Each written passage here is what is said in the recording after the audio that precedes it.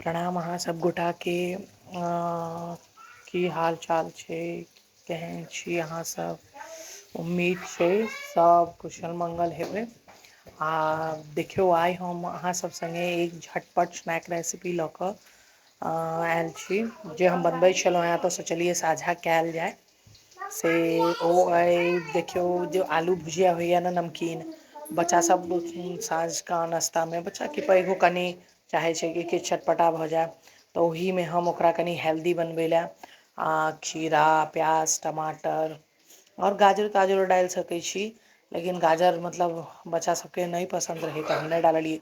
चुकन्दर, कॉर्न, ई सब जे सब अइ जे मतलब हेल्दी सलाद आइटम सब अइ से अहाँ मिक्स कऽ सकै छियै। तऽ हम प्याज टमाटर खूब कऽ खीरा लऽ कऽ ओकरा मतलब एकदम छोट छोट छोट छोट पीसमे अपन काटि देलियै, कि मतलब बच्चा सबके ओना पैघ पीस अबै छै तऽ मुँहमे लगै छै तऽ निकालि कऽ राखि दै छै। बच्चासभ तऽ बहुत छोट छोट पीस अपना हिसाबसँ कऽ कऽ प्याज मतलब सब प्याज टमाटर खीरा ओना मुँहमे आयत, ओना सलाद जे देबै बड़का बड़का पीस सब निकालि साइड कऽ दै छै। आ एहिमे भुजिया ई नमकीनमे मिला कऽ देबै ने तऽ सब बड़ा स्वादसँ खा लै छै कि वाह बहुत स्वाद चटपटा, ओहिमे सँ नहि निकालत सब। आ एहिमे अहाँ मुरमुरे चूड़ा इहो सब ऐड कऽ सकै छी, तऽ आओर स्वाद बढ़ै छै, प्लस हेल्दी भऽ जाइ छै।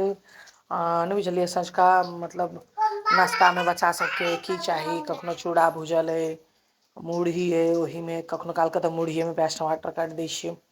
मिक्सचर तिक्सचर अइ तऽ ओहिमे काटि देलहुँ कनि, तऽ ओहिसँ की होइ छै कि एही बहाने कनि सलादो आइटम सब बच्चा सब खा लेलक।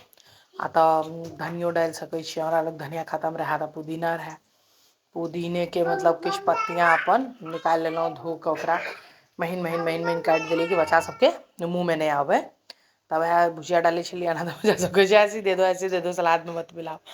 तऽ वएह फेर सलादमे एकरा बस मिक्स करू, हल्का नमक धऽ दियौ, कनि नींबूके रस दऽ दियौ, तऽ हम नींबूके रस नहि देलियै, बच्चा सब छै ओकरा सबके कनि नींबू तीबू मतलब नहि पसन्द छै, हम खाली हल्का सा एकदम नमक दऽ देलियै आ एकरा बढ़िआँसँ मिक्स कऽ देलियै।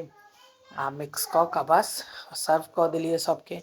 तऽ एना जहाँ ने मिक्स करिते रहियै तऽ ओहि समयमे मेको दो मुँह में, मेरे को दो मुँह में बच्चा सब करऽ लगलै। तऽ हैया छोट छोट कटोरा सब लऽ कऽ सब मतलब भऽ गेलै, हमरा एहिमे निकालि दिअ, हमरा एहिमे निकालि दिअ। तऽ बच्चा सबके तऽ खूब नीक लगलै। अहूँ सब जरूर एक बेर ट्राइ करू, बहुत स्वाद अबै छै। ओना देखियौ, ओना खेबै ने तऽ ओनाहियो स्वाद अबै छै, लेकिन ईसभ कनि मिक्स कऽ देलहुँ ने सलाद, हेल्दियो भऽ गेल, बच्चासभ एहि बहाने सलादो तलाद खा लेलक आ टेस्टियो भऽ गेल।